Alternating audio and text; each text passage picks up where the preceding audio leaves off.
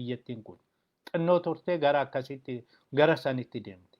Gara gureellatti galee jennaan responsibilitiin hin jiru. Har'a mootummaadha jarri kun. Mootummaa naannoo Tigraay, uummata Tigraay, warra filatameedha.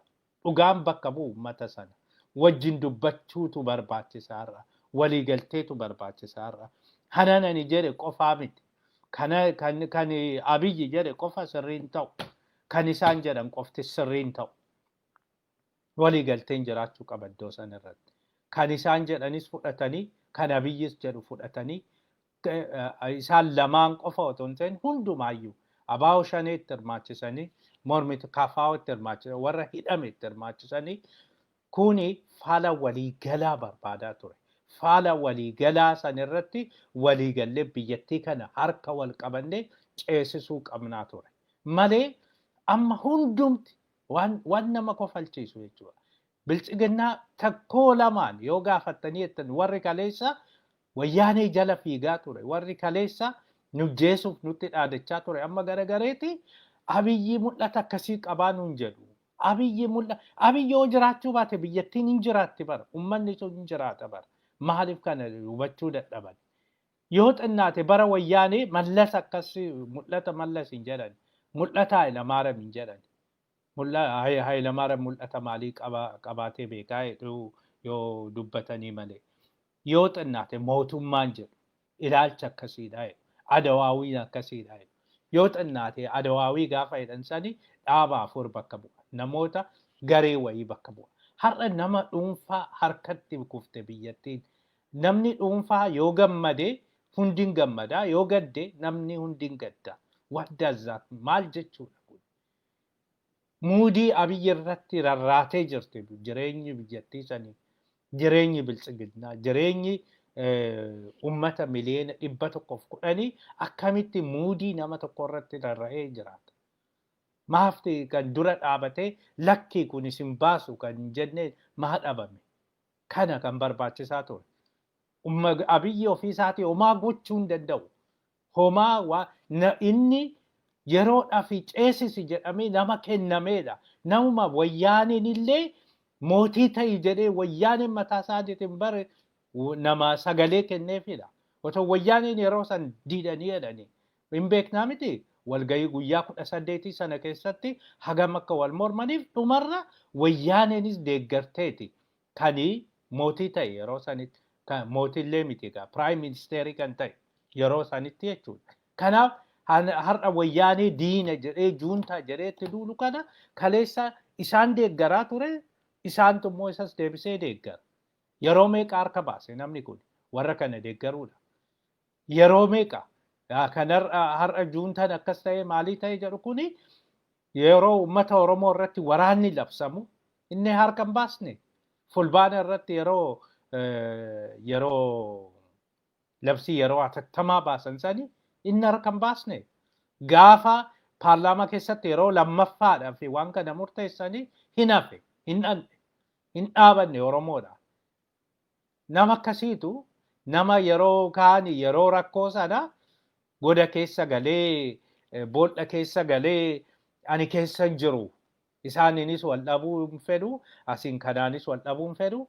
Nama akkasiitu har'a goota ta'ee waraana jedhee uummata hiyyeessaa biyya sana ilmaan hiyyeessaa gammoojjii Tigraay keessatti ficcisiisa. For no reason. Waan hiika hin qabneef jechuudha. Lubbuun nama tokko dhabuu hin qabnu ture, baduu hin qabu ture, akkasitti dhabne. Egaa kana wajjiniin waan isinitti himnu oduu waraanaa kana keessa wajjiniin har'a egaa waraanni kun akkuma itti fufetti jira. Ammas Tigraay misaayilii gara Bahar Daaritti dhukaastee jirti. Misaayilii lama jedhu namoonni kun sadi jedhu wanti mirkanaa'e hin jiru. Garuu misaayiliin ammas gara ganama kana akka durii galgala yookiin halkanii miti akka jedhamutti gaddaa kan dhukaa'e suni buufata xiyyaara irratti bu'ee iddoo garagaraas rukuteera. Haa ta'u malee hanga barbaadan san waan rukute hin fakkaatu. Sanaafi ammas kan itti deebi'anii. Kanaafi ammas Bahar Daarii misaayilii biraa argattee jirti jedhama. Haala kanaan egaa misaayilii kana rukutuun kun ammallee itti fufuu danda'a. Ministeerri ittisa biyyaa akkasumas ajajaan humna waraanaa akka dubbatutti kana dura dhagaa goonee ture jedha. Dhagaa kan godhan suni dhagaa hin taane ergasii maaliif kana jette jedhanii gaafatanii gaafa jedhanii Ayi nuti an beeknu dhagaa gooneedha garuu boolla keessaa dhukaasuu jedheera. Waan jedhuu fi waan hin jenne hin beeku namtichi kuni. Boolla keessaa boolla jechuun necessarily boolla keessaa dhukaa'uu danda'a dhugaadha garuu siistamiidhaanii akka hin hojjenne goone boolla keessa ta'ee boolla keessa ta'uu baatee siistamicha disable goonanii hin hojjetu iddoo hundumatti iyyuu. Achis haa ta'u asis haa ta'u hin hojjetu. Qilleensarras haa ta'u samiirras haa ta'u lafarras haa ta'u siistamicha disable goonan siistamicha sana cufnee sanaaf hin socho'u jedhe. Maaf soba? Maaf dura sobe lammaffaa deebi'anii maa sobu?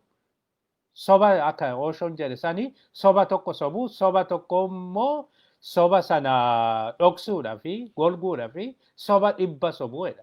Namtichi kun sagal deddeebi'ee sobuu irraa akkuma dura sobe sanitti otoo dhiisee wayya. Misaayiliin boolla keessa jiraate boolla keessa jiraachuu baate siistamicha disable goonan hin hojjetu ture. Kuni soba. Akkuma isin hin jenne misaayilii sana disable kan nu godhaa jedhaniin warra Chaayinaatiin. Chaayinaadhaan misaayilii disable nu godhaa jedhanii Chaayinaan misaayilicha disable otoo hin godhin hafte. Misaayil teknoolojii keessa kan hojjetu immoo teeknishaaniin misaayilii sanaa lammiin Chaayinaa Tigraay keessa jira. Kanaaf isatu opereet gochaa jira amma. Kanaaf kan yeroo hunda dhukaasuu danda'an. Waan hin fakkaanne walitti fiduun qabanii dhugaa uummatatti himuu qabu. Kuni hagam uummanni akka isaan jibbe argisiisa. Hundaafiyyuu egaa Baahirdaar isa sadaffaa argatteerti har'a ganama cireedhaa fi misaayilii argatteerti tarii har'a galgalas yookiin boru galgalas yookiin yeroo kamitti iyyuu immoo deebisee itti dhufuun isaan oolu kan ammaa kana ganamaan kan itti erganii fi rukuttaa caala ergaa biraa waan qabuu fi akka laallutti suuraa kaasanii namoonni feesbuuk irra deemaa jira amma nama sodaachisuu fi scary is very scary jechuun nama sodaachisa. Egaa karaa hamilee hedduu buusa kuni lammaffaa prosperity yookiin araarri akka hin jirre kan argisiisudha. Diinummaan ammallee diinummaa fi wal balleessuun kuni baay'ina akka jiru nutti agarsiisa. Egaa kana erga jenneen booda waa'ee Oromiyaatti deemna. Waa'ee Oromiyaa irratti oolmaa Oromiyaa maal fakkaata har'aa kan jedhudha. Oolmaan Oromiyaa akkuma kaleessaa iddoo garaagaraatti mormii guddaan ka'ee jira. Mormii guddaan iddoo garaagaraatti deemaa jira. Karaan cufamaa jira. Konkolaataa karaa darbuudhaan yaalan tarkaanfiin irratti fudhatamaa jira. Keessumatti iyyuu kan sochiin kuni sochiin qeerroo kuni kan keessatti bal'inaan geggeeffamaa jiru naannoo Arsii lixaa Baalee akkasumas Harargee bahaa fi Harargee lixaati. Iddoo Shawaa keessatti keessattuu Shawaa dhiyaa keessatti sochiin woboo hammaatee jira jedhama. Akkasumas sochiin woboo Wallagga keessatti geggeessu Wallagga bahaa fi Wallagga dhiyaatti geggeessus akkasuma hammaatee deemee jira jedhama. Hunduma caala egaa kana wajjin wanti wal qabatee fi waan nama gaddisiisu amma warri biltsiginnaa sochii qeerroo kanarraa kan sodaatanii maqaa sabboontotaa qabatanii aanadhaan ganda gandaan sabboona nama jedhamu maqaa qabatanii deemaa jiru jedhama. Kanaafi of eeggannoo gochuu akka qabdan isinitti himna. Keessattuyyuu qeerroon sabboontonni kana qindeessitanii of dhoksaa hin bayinaa mana keessan taa'aa. Mana keessanii dirqamaan namni sin baasu hin jiru. Halkan keessattuu halkan dhufanii jennaan namni tokko akka gadi hin baane. Namni tokko akka gadi hin baane. Kanaaf haala saniin amma ganda keessa deemaa jiru jedhama. Lammaffaa namoota baay'ee dirqisiisaa jiru jedhama. Qarshii fidaa jedhanii dirqisiisaa jiru. Keessattuyyuu dura gabataa jedhanii hojjettoota dirqisiisaa turanii. Ammasi aanarraa baadiyyaa keessa deemanii gandarraa qamadii yookiin garbuu yookiin midhaan walumaa galatti kuntaala 8 hanga 10 akka fiddan jechaa jiru. Qarshiis dirqamaan akka kafaltan jechaa jiru. Hojjettoota mootummaas akkasuma baay'ee dirqaa jiru. Haala kanaan akka nutti himanitti dura warri Oromiyaa Finfinneetti hojjettoota yookiin hooggantoota miseensota dhaabaa waamanii ture jedhanii kaleessaaf dheengaddaa waamanii wajjin mari'atanii ture akka marii kanarratti waliigalteen hin jiru. Even miseensonni isaanii hedduu mormanii jiru jedhama. Miseensonni kun walumaa galatti maaliif waraanni kun barbaachise, maaliif waraana kana geggeessaa jirtu, maaliif nu sobduu waan kana kaasanii jiru. Isaan amansiisuu dadhabanii booddarraa otoo isaan amansiisin hojjettoota mootummaas waamanii hojjettoota mootummaa naannoo Oromiyaa waamanii isaan wajjiniinis marii geggeessanii egaa kanarratti duraa waliigalteen waldiddaan eessaa akka maddee himaa turanii jedhanii waldiddaan kuni durumaayyuu Adawaawii keessatti waldiddaatu ture. Sochii qeerroo sana keessatti nuti amma uummatatti deebi'uudha gara uummataatti deebi'uudhaaf nuti sochii qeerroo sana deeggaraa turre. Numaayyuu fudhatanii geggeessaa turre. Hoogganaan keenya, mootiin keenya, goonni keenya Abiyyi yeroo sanitti geggeessaa ture jedhanii guyyaa tokko nama waa'ee qeerroo dubbatee hin beekne. Jecha qeerroo jedhu nama lagatuun qeerroo geggeessaa jechaa jiru. Egaa kun waan baay'ee wal nama taajjabsiisu. Hundaafiyyuu guyyaa tokko nama geggeessee hin beekne kana nama waa'ee qeerroo dubbatee hin beekne kana qeerroo geggeessaa jiru jedhuuni ergamtoonni isaanii achi kanaaf diddaan kun achirraa maddee diddaan kun achirraa kan erga dhufeen booda amma erga Abiyyi aangoo qabateen booda inumaayyuu itti naafanii inni Noobel Piraayizii fudhatee innaan inaaffaan isaan guggubee achiin booda barbadeessee akka egaa waan akkasii keessattuyyuu Gadela Goorgisii namni dubbise waan akkasii kana baay'isaa. Kanaaf guggubee daaraa ta'anii daaraan suni deebi'ee ka'ee wayyaanee ta'ee amma waraana bananii agaggas jechuuti kan isaan deemaa jiranii.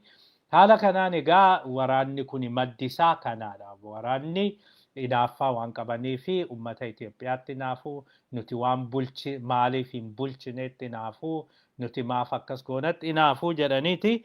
Egaa haala kanaanii hunduma caalaa hooggantoonni jechuun hojjetaan mootummaa gaaffii gurguddaan isaan kaasanii keessattuyyuu jeneraalli keessanii waa'ee misaa'ila Tigraay sanii nuti waan tokko hiikan qabu daaraa goonee jirraa dhagaa goonee jirraa jedhee dubbate galgala sanii isaan warri Tigraay gara Maqaleetti furgeessanii yookiin darbatanii.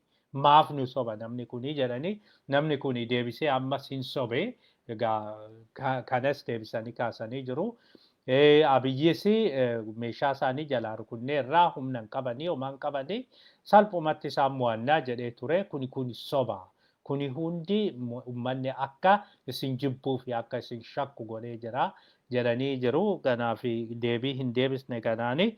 Egaa hojjettoota Oromiyaa qofa otoo hin ta'in hojjetaan Finfinnees mindaa ji'a tokko waraanaaf akka kennu itti murtaa'ee jira jedhanii. Egaa kana wajjiniin dhaamsi isaan nu dhaamanii amma hunduma caalaa xiyyeeffannoon kan godhamuu qabu gandarratti. Sochiin kun gandarratti xiyyeeffachuu qabaa jedhanii ganda 17,000 jira Oromiyaa keessaa ganda 17 kana hoogganaa gandaa welleeffadhaa. Hoogganaa gandaa achirraa kaasaa uummata isinii hoogganaa gandaa hunda isaanii har'aanachi aangoo kanarraa kaateerta. Nu bakka buutee nu bulchus hojjechuus hin dandeessu. Jedhaatoo hoogganaa gandaa hunduma isaanii kaasatoo hoogganaa gandaa keessaniin bakka buufadhaa jedhaniiru. Dhaamsa qeerrooti kuni. Kanaaf hoogganaa gandaa ganda 17,000 jira. Hoogganaa 17,000 nu barbaachisa. Kanarratti akka hojjettan jedhanii jiru. Sana booda milishaa gandaa kan hoogganu isas buustanii milishaa gandaa qeerroo keessaa foollee keessaa filattanii nageenya naannoo keessanii isinumti eegsisuu qabdu jedhanii jiru. Kana gootanii innaa mootummaan cabe. Mootummaa jechuun ganda jechuudha. Caasaan mootummaa gandarratti kufee, gandarratti cabe, gandarratti diigame jechuun walumaa galatti diigame jechuudha. Kanaaf xiyyeeffannoon keessan gandarra haa ta'u. Gandatti aanee aanaa haa ta'u. Sana booda akkuma yaaloon jedhe sanii kan gubbaarra jiru arafaadha. Inni gatiin qabu jedhamee jira. Egaa kanatti akka deemtaniidha kan dubbatanii. Sanaan alas egaa ajjechaan iddoo gara garaatti itti fufaa jira. Ajjechaan har'a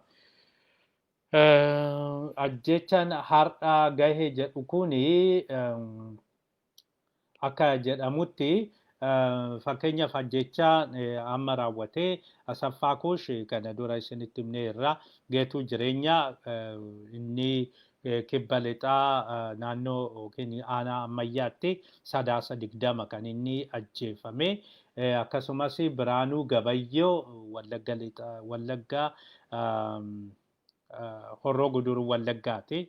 Iddoo Saqalaa jedhamutti gaafa 20 kan ajjeefame.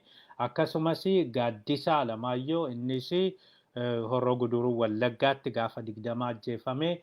Barsiisaa Kitilaa Guddataa ammas innis gaafuma 20 ajjeefame. Kadir Abdullahi Harargee Qobbootti gaafa 21 kaleessa jechuudha ajjeefame. Akkasumas Maftuu Yusuf Harargee Dirree Xiyyaaratti kaleessa ajjeefame. Innis haala kanaan ajjechaan itti fufee jira. Ajjechaan kun iddoo gara garaatti gahaa jira. Kanaaf of eeggadhaa. Keessumaayyuu kan ajjeetti ta'ee kan haati warraa isa barbaadanii jennaani isni haga hidhamu jettee haati warraa hidhamtee achi haadha warraa koo gadhiisaa ana na hidhaa jedhee inni ofii isaatii dhaqee jennaani bulchaani aanaa sana of bulchaa aanaa ta'uu gandaa ta'uu hin beeknu namni suni ofumaa nama harka kennachuudha dhaqe sana. Nama na hidhaa jedhee dhaqesanii achumatti battalumatti ajjeesee jedhanii inni kun baay'ee kan nama gaddisiisudha.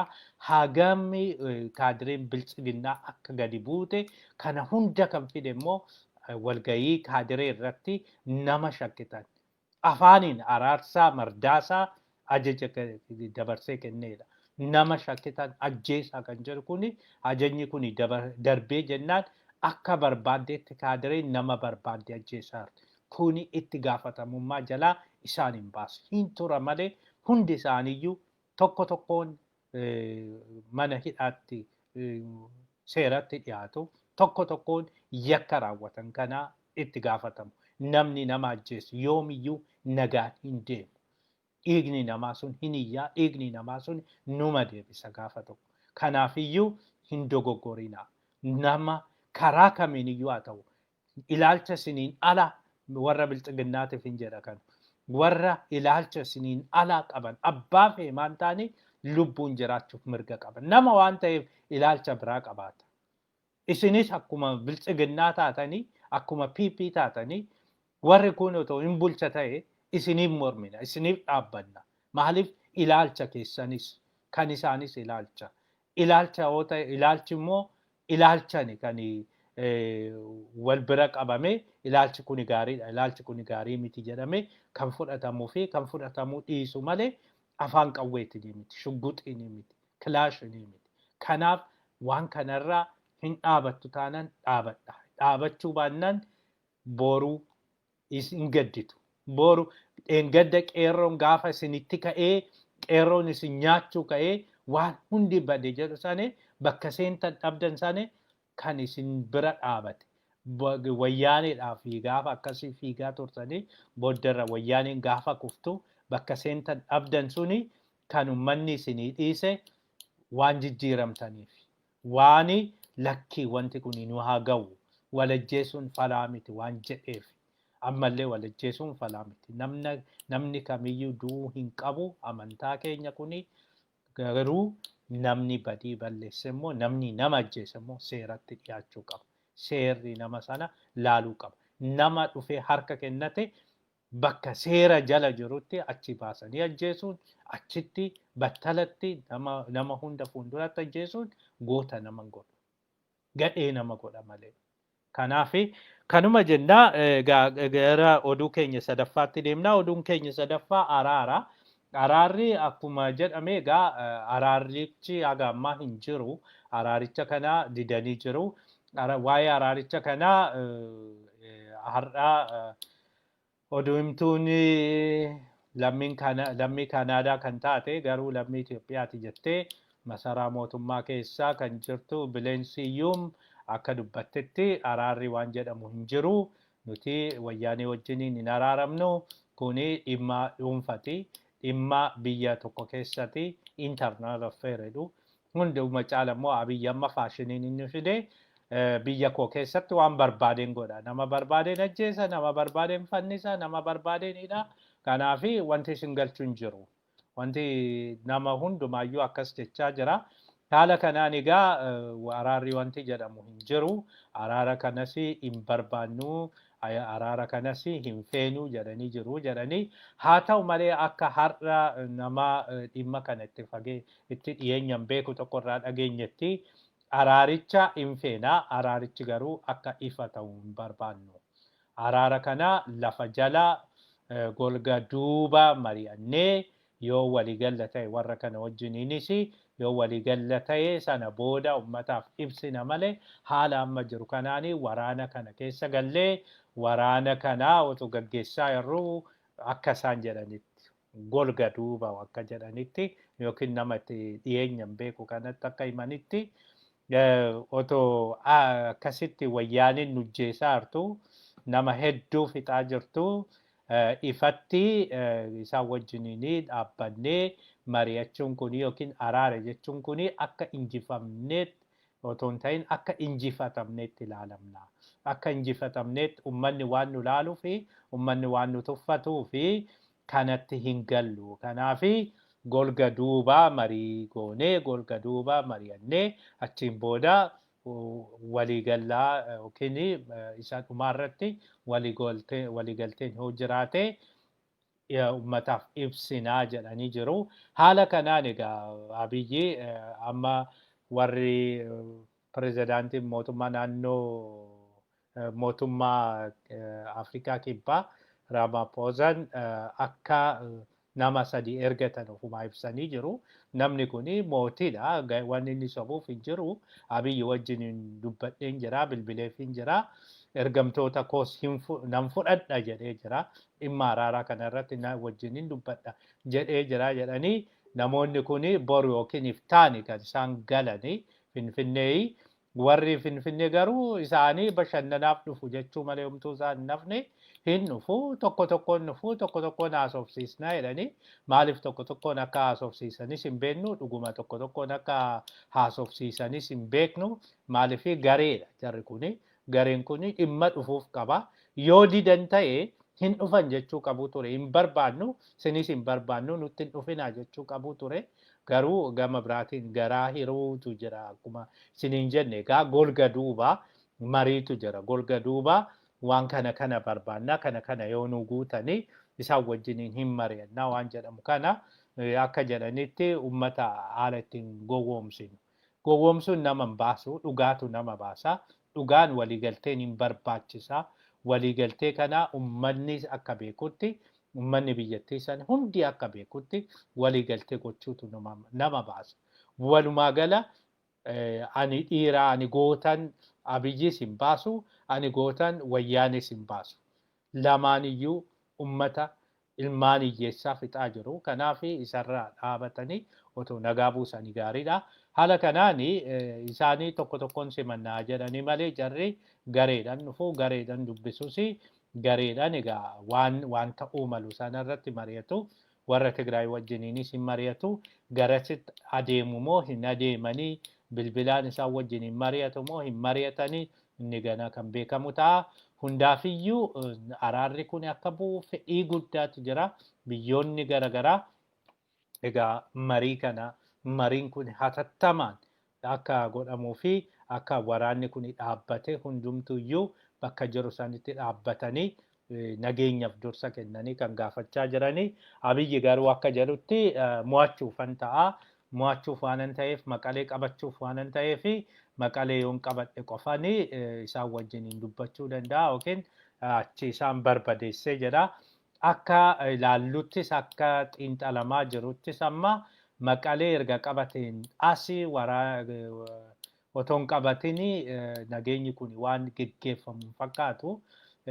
Uummatatti waan inni ittiin sobuu barbaadu maqalee qabanneerra juuntanii humna dhabeera.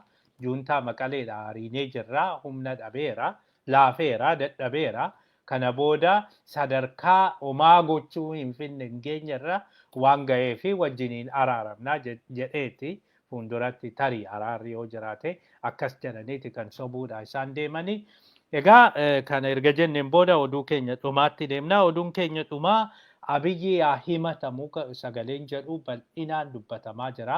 Egaa amma ji'a tokkoon booda Jaanuwaarii 20 booda Foreign Affairs jenna akka biyya keenyatti akka Ameerikaatti immoo State Secretary Ameerikaa hin taate jedhamtee kan eegamtu Suuzaan Raayis har'aa maqalee walumaa galatti xiyyaraanii meeshaa gurguddaadhaan rukutaa yoo harka kennitan kennadhaa warra kaanis dabarsaa kennaa jechuun kuni war crime-dha.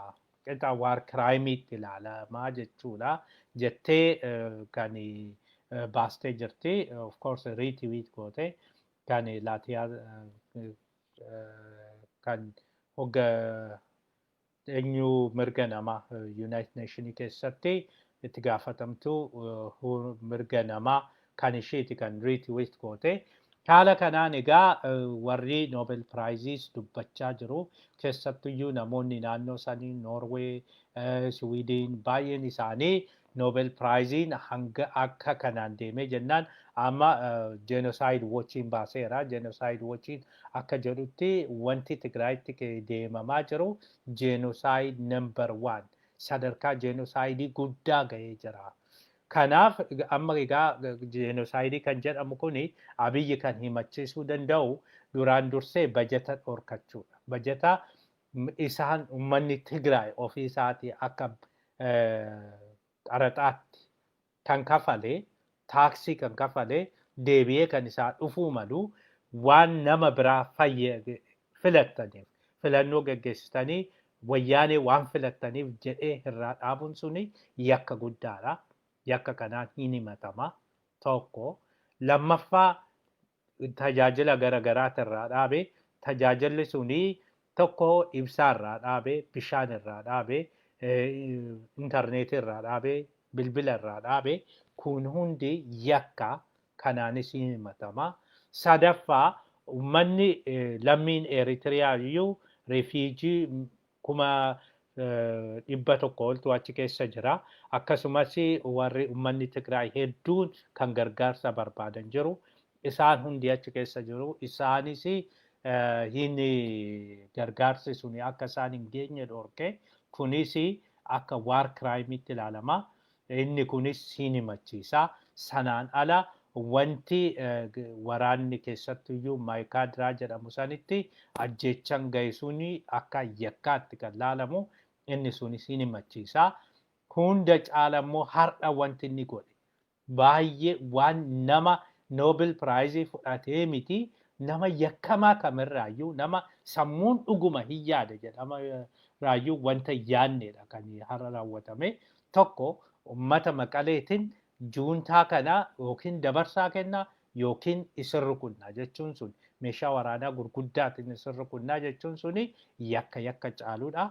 Saba kamiyyuu collectively akkasitti target gochuun suni waan ta'uun mallee sanaan alas akkaawuntii baankii isaanii hunda cufan. Hunda kuni hiyyeessa meeqatu kan qarshii muraasa guyyaa tokko guyyaa rakkadheen itti fayyadama jedhee baankii keessa godhate hiyyeessa meeqatu jira achi keessa. Isaan suni maal ta'u? Isaaniif laalamuu hin qabu ture. Yoo dhugaadhanii dhugaa dubbachuu yoo ta'e yoo dhuguma magaalota Tigraay yookiin akka isaan jedhanitti parsantii 70-80 bilisa baasne jedhanii maaf iddoo isaanitti baankiin cufama? Maaf Tigraay guututti akkaawuntiin Tigraay baname guutuun maaliif cufama? Kunumti mataa isaatiin soba jiru nutti agarsiisa. Waan hin jirredha kan nutti agarsiisu. Egaa kuni maal ilaallata? Walumaa galatti international law kanarraa akka war crime, collective punishment, genocide isaan kanatti lakkaa'ama. Kanaaf international community tokkoon document gochaadha. Barri bara toleedha. Waan godhamaa jiru, waan inni guyyaa guyyaan dubbate, waan jeneraalonni Itoophiyaa dubbatan, gocha isaan achitti gochaadha. Kuni hundi guyyaa guyyaan galmaa'ee waan darbuu fi fuulduratti hin tura malee fuulduratti mo'atee miti. Hin mo'atu Maqaleedha baasuu danda'a. Wayyaanee Maqaleedha baasuu danda'a. Maqaleedha baase jechuun wayyaaneen mo'atamte wayyaaneen badde jechuu miti. Uummanni Tigraay badde jechuu miti. Waraanichitti fufaa. Waraanicha dhaaba hin qabneedha. Hin ta'u waraanni dhaaba hin qabne kun immoo deemee biyyattii guutuu bittinneessuuf deema. Balaa namicha tokkootiin. Balaa namtichi tokko sirriitti yaaduu dhabuudhaan dhukkubsataan sammuu tokko gatii waan dhukkubsateef waan post traumatic syndrome jedhamu kana gatii qabuu fi isaaf jedhee biyyi guutuun uummanni miliyoona 110 rakkachaara. Warri wajjiniin sirbitan kun gaaf tokkotti gaafatamtu sinis. Yakkamaa wajjin kan dhaabatu hundi yakkamaadha. Namaaf hin yaadne ajjechaa malee jireenya namaaf hin yaadne wajjin warri dhaabbatan hundiyyuu itti gaafatamtu gaafatu. Sammuun keenya nuuf bilisa. Wayyaanee wajjinis hin dhaabanne. Wayyaanee nu hiite malee, ana mataa koo na hiite malee, na miite malee waan tokko kan naa goote hin jiru. Wayyaanis akkuma nama mormutti mormaa ture. Because ajjeesaa turte. Gatii wayyaaneen nama ajjeesaa turteef ajjeeffamtu hin jedhu. Ajjechaa qofa dhala. Rakkoo qofa dhala. Jibba qofa dhala. Jibba jaalalaan kan mo'atan. Jibba jaalalaan erga mo'atanidha. Warra kaleessa nama ajjeese sana ajjeestanii jennee deebisuu hin dandeenye. Har'a garuu kaleessa warra ajjeesu wajjin hin dhaabatan har'as warruma ajjeesu wajjin hin jirtu. Toobbachuun hin jiru. Qalbii jijjiirachuun hin jiru. Kana kan hunda caala nama aarsu. Egaa kanumaa oduun keenya waan nu dhaggeeffattaniif galatoomaa. Yeroo hundumaayyuu filannoon keessan simbirtuu miidiyaa ta'u simbirtuu miidiyaa yeroo hundumaayyuu oduu sa'aati kanatti qabateeti kan dhiyaatu. Egaa simbirtuu miidiyaa immoo kan sponsor godhu African Light Book and Coffee Shopidha. African Light Book and Coffee Shop kunoo asirraa argattu. African Light Book and Coffee Shop.com asirraa argattu kunoo gara websaayitii keenya deematoo kitaaba barbaadan buna barbaadan akaayii barbaadan achirraa nu ajaja. Akaayis qabna. Akaayii Oromoo, akaayii Boqojjii qabna. Akaayii kanas dhandhamuu dandeessu. Kunooti websaayitiin keenya, kunooti loogoon keenya, asxaan keenya. Kanaaf kanarraa ajajadhaa isiniin jenna. Waan nu dhaggeeffattaniif galatoomaa boru oduu